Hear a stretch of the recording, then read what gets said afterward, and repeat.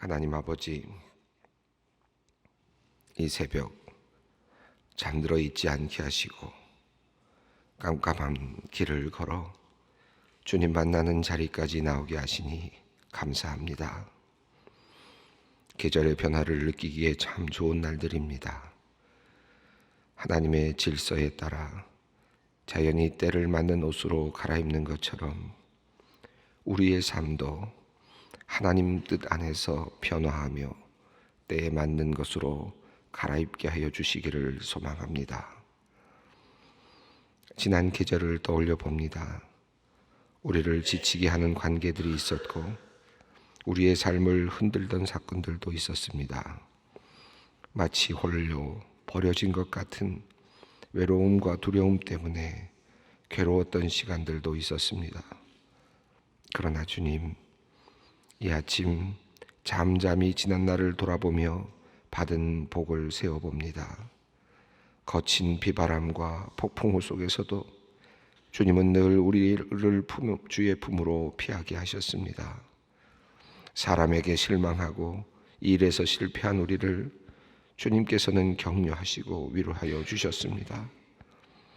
우리가 그때는 다 깨닫지 못하였지만 때마다 도움의 손길을 보내주셨고 우리에게 버티고 인내할 힘을 주셨으며 무엇보다도 지금 이 시간 주님의 이름을 부르며 주님의 전에 앉아있는 믿음을 주셨으니 이 모든 것이 주님의 은혜입니다. 주님, 우리를 지켜주셔서 감사합니다. 언제나 나와 함께 하시는 주님을 느끼며 살기를 원합니다. 예배당에 나와 말씀을 듣고 기도할 때뿐만 아니라 우리가 걷는 모든 길에 나와 함께 걸으시고 가정과 학교, 회사에서 사람들과 보내는 모든 시간에 그 자리에 함께 계셔서 우리의 모든 행동과 대화를 보고 들으시는 줄을 믿습니다. 이것이 우리에게는 부담이 되기보다 안심과 기쁨이 되기를 원합니다. 우리를 사랑하시고 지키시는 분이 우리와 함께 계심이 우리에게 평안이 되고 주님께 부끄럽지 않는 모습으로 살아가려는 노력이 우리의 즐거움이 되게 하여 주시옵소서. 하나님 아버지, 소망의 각 가정을 위하여 기도합니다. 특별히 관계가 깨어져 남보다 못한 사이가 된 가정들을 위하여 기도합니다. 깊어진 오해와 미움, 떠나간 마음으로 인해 고통 가운데 있는 가정들이 있습니다. 사랑을 말하던 입술이 서로를 향해 비난을 멈추지 않고 따뜻하게 안아주던 두 팔이 이제 서로를 밀치고 있습니다. 주님, 그들의 상처를 싸매주시고 서로에게 상처를 주는 말과 행동을 멈추게 하여 주시옵소서. 미움과 분노, 실망으로 끓어오르는 마음을 가라앉혀 주시고 화해의 마음을 불어넣어 주시옵소서. 잘못한 것은 진심으로 용서를 구하게 하시고 진심으로 건넨 사과는 받아줄 수 있는 부드러운 마음을 주시옵소서. 서로의 잘못을 따지며 비난과 지적으로 가득 찬 대화가 아니라 각자의 감정을 나누고 상대의 이야기를 잠잠히 들을 수 있는 그러한 기회를 주님께서 주시기를 원합니다. 한순간에 모든 것이 회복되지는 않더라도 미움과 분노의 감정에서 벗어날 수 있도록 주님 도와주시옵소서. 주님, 혼돈과 혼란의 시기를 겪고 있는 10대 자녀들을 위하여 기도합니다. 어떻게 도와야 할지, 어디에서부터 시작해야 할지 알 수 없어 부모들도 함께 힘듭니다. 주님의 지혜를 그 가정에게 내려주시옵소서. 자녀의 마음을 다 이해할 수 없을지라도 아이의 마음에 상처가 되고 아이의 자존심을 다치게 하는 언어를 삼가하게 하여 주시고 부부끼리 서로 존중하고 사랑하는 모습을 자녀들에게 보일 수 있게 하여 주시옵소서. 자녀들에게 혹 어른들의 실수와 잘못으로 인한 아픔이 있었다면 회복할 수 있는 기회를 허락하여 주시기를 원합니다. 우리 자녀들이 힘들고 답답할 때 세상으로 나아가기보다는 주님 앞으로 나와 무릎을 꿇게 하여 주시고 주변에 선한 영향력을 끼치는 믿음의 선생님, 좋은 친구들을 주님께서 보내주시옵소서. 결혼을 위해 기도하고 있는 자녀들이 있습니다. 그들이 세속의 가치를 따라 배우자를 찾지 않게 하시고 하나님께서 기뻐하시는 가정을 꿈꾸게 하여 주시옵소서. 수많은 사람들 가운데 자신의 사람을 발견할 수 있는 눈을 주시고 다가갈 수 있는 용기를 주시기를 원합니다. 가장 좋은 때에 하나님이 예비하신 배우자를 만나게 하실 거란 믿음으로 기다림의 시간을 정결하게 보내게 하여 주시옵소서. 생명을 간절히 기다리는 소망의 가정이 있습니다. 초조하고 조급한 마음에 주의 평안을, 그의 마음속에 주님의 평안을 내려주시옵소서. 몸과 마음의 건강을 잘 챙기게 하여 주시고 생명을 주관하시는 하나님을 온전히 신뢰하게 하여 주시옵소서. 가족을 잃고 아파하는 가정이 있습니다. 세상은 아무것도 변한 게 없고 내가 사랑하는 사람만이 세상에서 사라졌다는 깊은 상실감과 허무, 그리움을 주님께서 헤아려 주시옵소서. 그들이 하루하루 주어진 시간 속에서 점차 일상을 되찾게 되기를 원합니다. 이곳에 남은 자로서 함께 남은 가족, 친구들과 지난 날을 추억하고 앞날을 꿈꾸며 지금을 다시 즐겁게 살아가게 하여 주시옵소서. 주님, 소망의 각 가정들이 개인의 행복을 넘어 하나님을 영광롭게 하는 가정이 되기를 바랍니다. 그리스도께서 교회를 사랑하시되 죽기까지 사랑하신 그 사랑이 소망의 각 가정에 넘치게 하여 주시옵소서. 주님을 주인으로 모시며 어떠한 상황 가운데서도 주님께 감사하고 기쁨을 선택하며 주어진 자리를 굳게 지키는 귀한 주님의 가정들 되게 하여 주시옵소서. 이제 주님의 말씀 앞으로 나아갑니다.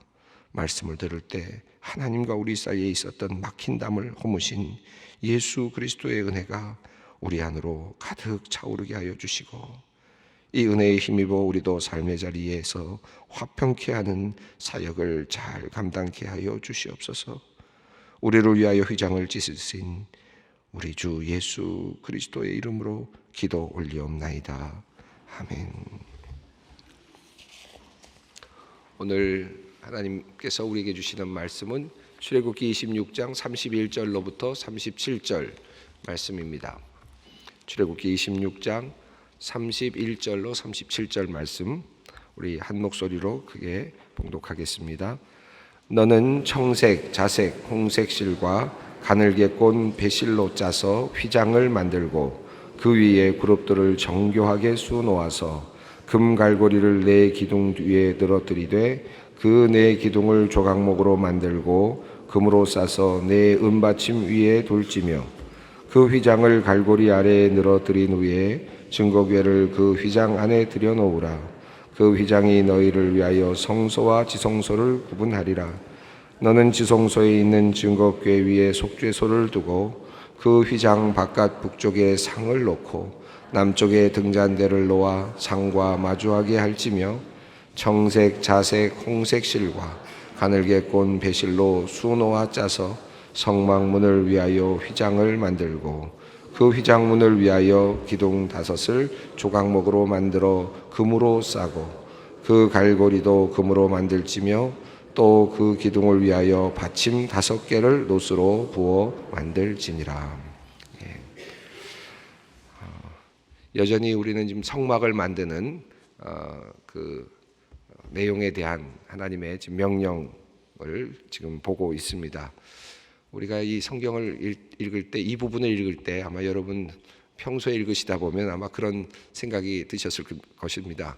홍색, 자색, 실 만들라, 만들라 이렇게 해석되는 말씀 속에서 그냥 읽다 보면 복잡하다, 알아야 될 필요가 있겠나 하는 그런 생각이 드는 그런 말씀들이죠. 우리가 지금 하나씩 살펴보고 있는데 우선 성막을 만들라라고 말씀하시면서 지금 2단계를 말씀하셨고 오늘 이제 3번째 단계를 보고 있습니다. 첫 번째 성막을 만들라라고 말씀하시면서 성막을 덮을 휘장을 만들라라고 이렇게 하셨고요. 그 다음에 어제 우리가 보았던 것은 성막을 만들 그 벽을 세우는 것이었죠. 그래서 널판을 가지고 지금 성막의 벽을 세우는 내용을 우리 주님께서 알려주셨습니다. 이제 여호와께서 이제 말씀하시는 세 번째 내용은 이제 남겨진 나머지 부분들을 어떻게 채울 것인가 하는 것인데, 지난 시간에 널판지를 가지고 널판을 가지고 금으로 칠해서 벽을 만드는 내용을 보셨습니다. 동쪽으로 북쪽에 벽을 세우고 남쪽에 벽을 세우고 서쪽에 벽을 세우고, 그러니까 어느 쪽이 비어 있습니까? 동쪽이 비어 있습니다. 성전도 마찬가지고 성막도 마찬가지고 하나님께서는 늘 동편을 바라보도록 이렇게 동편이 열려 있도록 이렇게 하나님께서 구상을 하셨습니다. 그래서 동편이 지금 열려 있습니다. 이 부분을 어떻게 할 것인가? 그 다음에 그 안에 있는 그 공간을 어떻게 나눌 것인가? 둘로 나눌 것인가? 이 안에 성소 안에 성소와 지성소, 성막 안을 둘로 나누는 그것을 어떻게 나눌 것인가 하는 내용이 오늘 본문의 내용입니다. 오늘 본문에는 그래서 막이라고 하는 단어, 휘장이라고 하는 단어가 둘이 나옵니다. 31절에 나오는 휘장이 있고요. 그리고 36절에도 또 휘장이 있습니다. 31절에 나오는 휘장이 파로게트라고 하는 용어로 사용되는 히브리 말로는 이제 그렇게 용어가 되어 있고, 여기 36절에 나오는 휘장은 마사크입니다. 휘장의 이름이 다릅니다. 아주 특별하게 따로 구별해서 지금 휘장들을 사용하고 있습니다. 그 전에 휘장 장막으로서 그 덮을 만한 성막을 덮을 휘장은 예리야라는 단어를 사용해서 같은 휘장이지만 한국말로는 다 휘장이지만 특별한 이름들을 따로 구별해서 사용하고 계시는 것을 볼 수 있습니다. 그래서 오늘은 파로게트와 그리고 마사크라고 하는 두 개의 휘장을 만드는 것, 그리고 입구, 들어오는 입구와 그리고 중간에 지성소와 성소를 나누는 그 사이에 그 휘장을 세우기 위해서 기둥을 세우는 것, 이 두 가지를 지금 우리 주님께서 말씀을 하고 계시는 것입니다. 그래서 31절부터 35절까지가 첫 번째 파로게트를 세우는 곳입니다. 파로게트는 지성소와 성소를 나누는, 그러니까 성막 안에서 두 것을 나누는 휘장을 말합니다. 자, 우선 그런 기본적인 흐름을 이해한 다음에 31절을 읽어보겠습니다. 너는 청색, 자색, 홍색 실과 가늘게 꼰 배실로 짜서 휘장을 만들고 그 위에 그룹들을 정교하게 수놓아서, 이 31절 말씀은 1절 말씀 26장 1절의 말씀하고 거의 비슷한 거의 내용이죠. 거의 같습니다. 그런데 이름만 다릅니다. 하나는 예리야이고 이번 거는 파로게트입니다. 그래서 예리야는 성막을 덮는 덮는 그런 지붕과 그리고 벽을 덮는 그런 큰 장막을 의미하는 것이고, 여기 있는 지금 파로게트는 그 안에 있는 휘장을 지금 만드는데 내용은 거의 같습니다. 청색과 자색과 홍색 실로 그리고 가늘게 꼰 배실로 짜서 파로게트를 만들고 그 위에 그룹을 정교하게 수놓아서, 여기 그룹도 역시 마찬가지로 천사들이죠. 날개가 있는 그런 천사들을 정교하게 수놓으라. 그러니까 만약에 우리가 들어가서 미술관에 들어가서 감상을 한다면 어떤 느낌이 들까요? 천장을 보면 천장이 지금 그렇게 수놓아져 있겠죠. 그리고 지성소와 성소를 나누는 그것을 보면 또 역시 마찬가지로 같은 형태로 아마 되어 있을 것 같습니다. 천장과 그리고 그 막을 파로게트의 막이 같은 모양으로 되어 있지 않을까 이렇게 생각이 듭니다. 여기서 참 재미있는 표현이 31절에 나오는 정교하게 수놓아서 라고 하는 표현입니다. 정교하게 수놓아서라는 표현이 26장 1절에도 나오는데요. 여기서 말하는 정교하게 수놓아서가 그냥 흘러 지나가는 내용이었습니다. 1절에서도 그냥 정교하게, 당연히 정교하게 수놓아야지 라고 생각이 들고, 파로게트에도 정교하게 수놓아야지, 당연히 그래야지 그렇게 생각이 드는데, 36절에 보면 36절을 읽어볼까요? 청색, 자색, 홍색 실과 가늘게 꼰 배실로 수 놓아 짜서 성막문을 위하여 휘장을 만들고, 여기서는 마사크를 만드는, 앞에 입구에 세울 휘장을 만드는데, 이 마사크를 만드는 부분에서는 뭐라고 되어 있느냐 하면 정교하게라는 말이 빠져 있습니다. 그냥 수 놓아서 라고 이렇게 되어 있습니다. 그래서 정교하게 수 놓아서라는 말은 마하세 호세브라고 하는 표현을 쓰고 있고, 그리고 그 다음에 일반 그 마사크에서 쓰는 일반 휘장에 대해서는 마하세 로햄이라고 하는 그런 용어를 사용하고 있습니다. 그래서 달라요. 이게 무슨 말이냐면, 지금 하나님께서 그 예리야라고 하는 성막, 덮을 성막을 지을 때도 정교하게 수놓으라 했고, 그리고 또 지성소를 만들 때에도 정교하게 수놓으라 라고 이렇게 말씀하셨습니다. 이 말씀은 장인들의 최고의 수준으로 할 수 있는 만큼의 모든 달란트를 사용해서 아름답게 만들라고 하는, 정교하다라는 말은 아름답게 만들다라는 말이고요. 또 그 말씀 속에는 무언가를 잘 고안해서 잘 디자인해서 만들어야 한다라고 하는 그런 의미도 있습니다. 그러니까 기술적으로도 아주 정교해야 되고, 또 나아가서는 디자인으로도, 구상도 아주 정교해야 한다라고 하는 그런 말씀입니다. 구체적으로 그 내용, 그 그림을 하나님께서 그려 보여주셨는지는 성경에 나와 있진 않아요. 그러니까 아마도 그것은 우리 인간들에게 맡겼는지 모르겠습니다만은, 이 그림은 없지만 그러나 정교하게 디자인해서 만들어야 된다라고 하는 것이 지금 파로게트를 만드는 하나님의 설계도입니다. 이게 그냥 만드는 게 아니구나. 이제 이게 나중에 제가 이제 이걸 묵상하다가 어떤 생각이 들었냐면, 하나님께서 정교하게 수놓으라라고 하는 말씀을 하실 때 이게 그냥 우리들에게만 말씀하신 게 아니고, 이게 휘장인데요, 파로게트인데, 나중에 보니까 하나님께서 이걸 휘장을 만들라고 하실 때 이미 정교하게 디자인을 하고 계셨다. 이미 그 자체를요. 왜냐하면 나중에 예수님께서 세상을 떠나실 때 그 휘장이 갈라지거든요. 그러니까 하나님께서 아주 정교하게 시간을 초월해서 이 휘장을 만드실 때부터 하나님의 디자인이 또 그 안에 들어가 있었던 거죠. 그러니까 우리 인간에게 정교하게 만들라라고 하는 표현을 하셨지만, 실제로 하나님은 이 휘장을 만드실 때 이미 아주 정교한 하나님의 계획과 디자인이 그 안에 들어가 있었다라고 이해할 수 있을 것 같습니다. 이제 후에 또 나올 텐데, 우선 먼저 그것을 기억하면서 휘장을 주님께서는 정교하게 수놓아서 이렇게 만들라고 명령하셨습니다. 32절 읽어봅니다. 금 갈고리를 네 기둥 위에 늘어뜨리되 그 네 기둥을 조각목으로 만들고 금으로 싸서 네 은받침 위에 둘지며. 자, 이 파로게트를 이제 세우려면, 늘어뜨리려면 뭔가 힘을 받을 수 있는 어떤 구조물이 있어야 될 것 같은데, 그 구조물을 세우기 위해서 네 개의 기둥을 만들라는 것입니다. 그리고 그것을 금으로 싸라고 했고, 그리고 밑에는 역시 마찬가지로 은 받침으로 받침을 두라고 했습니다. 내부에 들어가는 것이기 때문에 은 받침으로 그것을 받칠 수 있도록 하라 하는 것입니다. 어느 정도는 이해가 될 것입니다. 33절입니다. 그 휘장을 갈고리 아래에 늘어뜨린 후에 증거궤를 휘장 안에 들여놓으라. 그 휘장이 너희를 위하여 성소와 지성소를 구분하리라. 자, 이제 하나님께서는 그 기둥 위에 갈고리를 금으로 된 갈고리를 만들어서 그 휘장, 만들어진 휘장 파로게트를 걸어서 그 힘을 받으면서 세워지도록, 걸리도록 하라는 것입니다.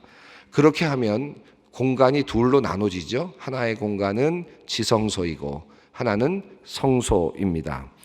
둘로 지금 하나님께서 그 안을 나누라고 했습니다. 성소와 지성소를 구별하리라라고 했고, 이제 34절과 35절까지 읽겠습니다. 너는 지성소에 있는 증거궤 위에 속죄소를 두고 휘장 바깥 북쪽에 상을 놓고 남쪽에 등잔대를 놓아 상과 마주하게 할지며.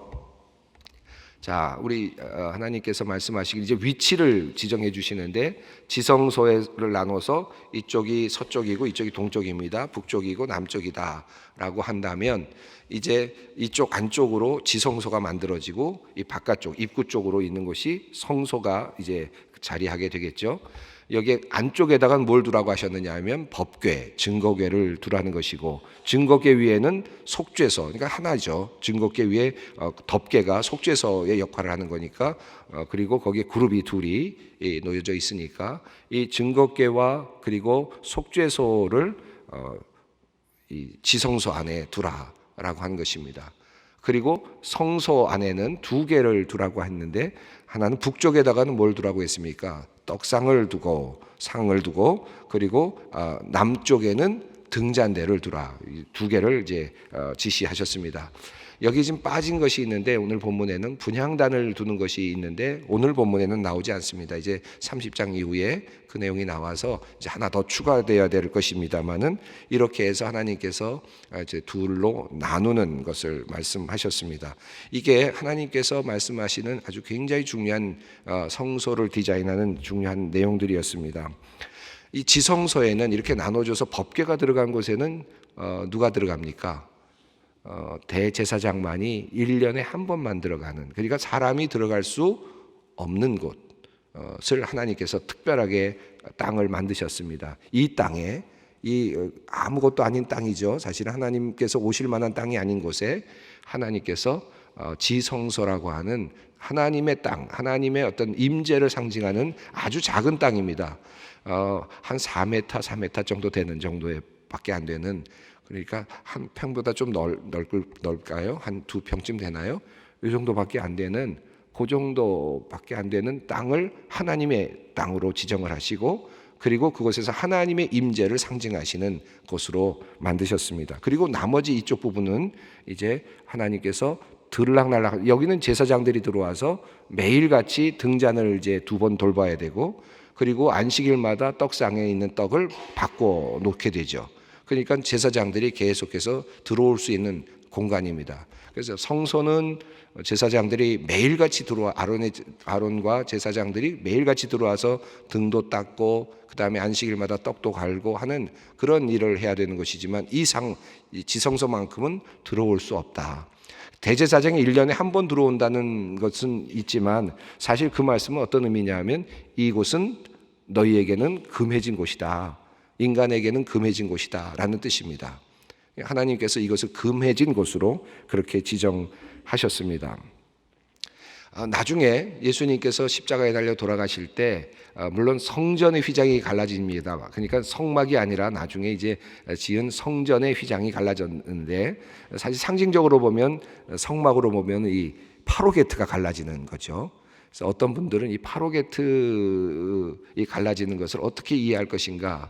하나님만 존재하시는 곳과 성 그리고 하나님을 만날 수 있는 곳, 이 둘로 나눠 놓으셨던 하나님의 그 자리가 그것이 완전히 예수 그리스도의 육체로 이제 갈라지는, 그것을 통해서 가르는 그런 작업을 하시죠. 히브리서 10장 19절 20절에 보면 그 길은 우리를 위하여 휘장 가운데로 열어놓으신 새로운 살 길이요 휘장은 곧 그의 육체니라 라는 말씀이 나옵니다. 그래서 히브리서는 여기 이 파로게트를 뭐로 이해하느냐 하면 예수 그리스도의 육체로 그렇게 해석을 했습니다. 이건 저희가 그냥 마음껏 해석하는 것이 아니라 히브리서를 통해서 해석하는, 눈으로 보아서 해석하는 것이죠. 이 휘장은 곧 그의 육체니라. 그러니까 이게 무슨 말이냐면 거룩하신 하나님이 사실은 이 땅에 오실 수가 없는 존재인데 그래도 하나님께서 은혜를 베푸셔서 이 땅까지 내려오셔서 이 땅에 존재하시는 존재를 지금 상징적으로 보여주시는 자리, 이게 바로 법궤가 놓여진 바로 그 자리입니다. 근데 그 자리를 누가 지금 맡고 계시냐면, 누가 맡고 계시냐면 휘장이 맡고 있는 거죠. 휘장을 뭐라고 했습니까? 예수님의 육체라고 히브리서는 말하고 있습니다. 휘장이 맡고 있습니다. 그리고 그 너머에 하나님을 만날 수 있는 공간이 열립니다. 이것은 이 막이 있기 때문에 열리는 공간입니다. 영향력이 어느 정도 들어오면서 막이 있는 공간. 그래서 하나님을 절대로 만날 수 없지만, 하나님을 대면하여 볼 수는 없지만 하나님의 은혜를 누릴 수 있는, 떡을 보고 그리고 등잔을 보고 빛과 그리고 떡을 볼 수 있는 하나님의 은혜를 누릴 수 있는 자리가 열립니다. 이 두 자리가 무엇으로 막혀 있느냐 하면 예수 그리스도의 육체라고 하는 휘장으로 막혀 있었다라는 것이죠. 이게 하나님의 아주 섬세한 디자인이라고 할 수 있습니다. 왜 이게 막혀 있었을까요? 만약에 이게 열리면 어떻게 되는 겁니까? 하나님이 이걸 열면 어떻게 되는 거죠? 하나님의 거룩이 들어오는 거죠. 그러면 누가 상하겠습니까? 이게 열리는 게 어떤 의미가 있습니까? 사실은 다 망가진, 다 망하는, 어찌 보면 다 죽을 수밖에 없는 그런 참혹한 일이 일어날 수도 있는 것이죠. 그런 것을 생각한다면 이것은 막은 어떤 면에서 보면 은혜이기도 합니다. 그런 면에서 우리가 살펴볼 수 있을 것 같아요. 그래서 이 파록에 하나님 예수님께서 그 육체로 이제 맡고 계시다가 이제 나중에 어떻게 됩니까? 예수님께서 십자가에 달려 돌아가시면서 그 휘장을 이제 찢으시는 거죠. 찢으시는데 이제는 거룩한 방향, 이 진노의 방향이 아니라 이제는 하나님께 예수 그리스도를 통해서 하나님께로 나아갈 수 있는 은혜의 차원이 열리는 거죠. 예수님의 십자가의 사건이 바로 그런 의미로 신약에서 또 히브리서에서 해석이 되고 있습니다. 36절과 37절 읽어보겠습니다. 청색, 자색, 홍색 실과 가늘게 꼰 배실로 수놓아 짜서 성막문을 위하여 휘장을 만들고 그 휘장문을 위하여 기둥 5을 조각목으로 만들어 금으로 싸고 그 갈고리도 금으로 만들지며 또 그 기둥을 위하여 받침 5개를 롯으로 부어 만들지니라. 이 말씀은 이제 앞에 나와 있는 또 다른 마사크를 만드는 방식입니다. 거의 같습니다. 그런데 정교하게라는 말은 나와 있지 않고 그리고 회장문을 위하여 기둥 5을 세우라고 했고 그리고 조각목, 금고리 똑같습니다. 그런데 밑에 받침은 놋으로 받침을 해서 만들라라고 이렇게 말씀하고 있습니다. 오늘 시간이 많이 가서 더 이상 하지 못하겠습니다만은 전체적으로 보면 이제 하나님께서 이제 전체적으로 큰 성막을 지금 이제 전체적으로 디자인을 어느 정도 우리에게 알려주고 계신다. 다시 말씀드립니다만은 하나님께서 거하시는 이 성막은 생각보다 크지 않습니다. 그리고 하나님께서 거하시는 지성소 아주 작은 공간입니다. 그러나 하나님께서 그곳에 임재하시겠다. 이것은 하나님의 은혜이죠. 우리가 성막을 무엇으로 볼 거냐? 물론 예수 그리스도로 우리가 이해할 수도 있겠지만 이제 우리 자신을 돌이켜 본다면, 우리 생각해 본다면, 나 같은 존재 안에 내 안에 오신다. 내 안에 성막을 세워 주십시오. 내 안에 거룩한 것을 만들어 주십시오. 그런 의미로 오늘 말씀을 다시 읽으면 어떨까 하는 생각이 듭니다. 우리 주님 가르치신 기도로 우리 기도하겠습니다. 하늘에 계신 우리 아버지, 아버지의 이름을 거룩하게 하시며 아버지의 나라가 오게 하시며 아버지의 뜻이 하늘에서와 같이 땅에서도 이루어지게 하소서. 오늘 우리에게 일용할 양식을 주시고 우리가 우리에게 잘못한 사람을 용서하여 준 것 같이 우리 죄를 용서하여 주시고 우리를 시험에 빠지지 않게 하시고 악에서 구하소서. 나라와 권능과 영광이 영원히 아버지의 것입니다. 아멘.